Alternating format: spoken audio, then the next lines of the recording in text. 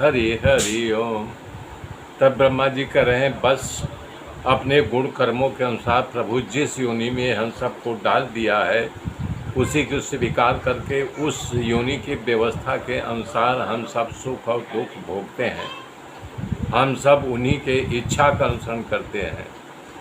जैसे अंधा आदमी को कोई कहीं ले जाए आँख वाला, तो जहाँ आँख वाला ले जाएगा अंधा वहीं जाएगा न। उसी प्रकार हम सब ईश्वर की कृपा का अनुसरण करते हैं। भगवान जो कराते हैं हम लोग वही करते हैं। ईश्वर की इच्छा सर्वोपरि है। हे बेटा, तुम अपने अंतर शत्रुओं पर विजय प्राप्त किए हो।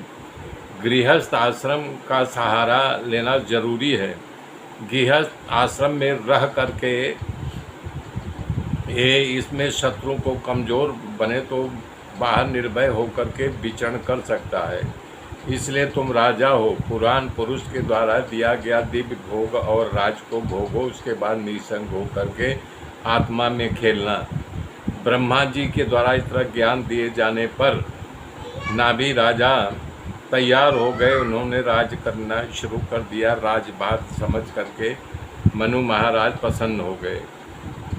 देवर्ष नारद के सलाह प्रियव्रत को संपूर्ण पृथ्वी भूमंडल के रक्षा का साथ दिया गया। स्वयं संसार से निवृत्त हो गए। इस तरह प्रियव्रत को प्रजापति विश्वकर्मा की पुत्री बहिष्मती से शादी किया।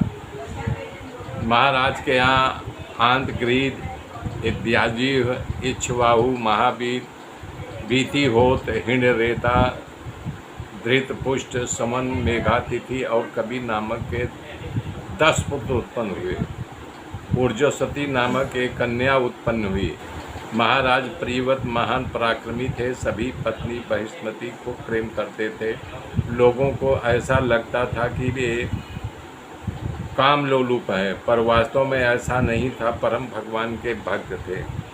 एक बार महाराज प्रियव्रत को विचार आया कि सूर्य भगवान पृथ्वी के आधे भाग में प्रकाश देते हैं, आधा भाग अंधेरा रहता है, उचित नहीं है। तब उन्होंने एक विशाल रथ लेकर के अपनी अद्भुत क्रांति से रात को दिवस में बदलने के लिए बहुत प्रयास किया। भगवान सूर्य की गति के साथ अपने रथ को चलाया। उस रथ के पहिए से जो निशान बना, भविष्य में 7 समुंदर बने। उसी से पृथ्वी के 7 भाग बन गया। तभी से इस पृथ्वी को सप्तद्वीपक नाम से जाना जाता है। जम्बू, पलाक्ष, सालमली, कुश, कौन, शाक, पुष्कर, 7 खंड है, पृथ्वी में बढ़ गई। और इसी से हम लोगों के उस 7 द्वीपों के नाम से जाता है। उन्होंने विशाल यज्ञ किया। ज्ञान ब्राह्मणों के पूर्णाहुति का मंत्र बोल रहे थे। उसी समय यज्ञों के भोक्ता भगवान नारायण प्रकट हुए। ब्राह्मणों ने नाभि राजा से भगवान की स्तुति की। भगवान खूब राजी हो गए। भगवान प्रसन्न होकर नाभि राजा से वरदान मांगने के क्या, पर नाभि राजा ने वरदान नहीं मांगा। तब भगवान यज्ञ में से अंतर ध्यान होने की तैयारी शुरू कर दी। तब ब्राह्मणों ने कहा, प्रभु आपका प्रागट जो है वरदान देने के लिए हुआ है, आप बिना वरदान देने न जाइए। तो बोले, जब ये राजा मांग ही नहीं रहे तो मैं क्या करूं? बोले, हम लोग उसके बदले मांग रहे हैं, आप हम लोगों को वरदान दीजिए। हे प्रभु, हम लोग जानते हैं कि आपके जैसा इनको एक पुत्र उत्पन्न हो, ऐसा वरदान दो।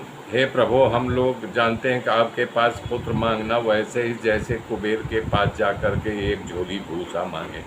हमारे इस अविवेक को क्षमा करना। मेरे मित्रों, मेरे साथ जुड़े रहिए। आगे की गाथा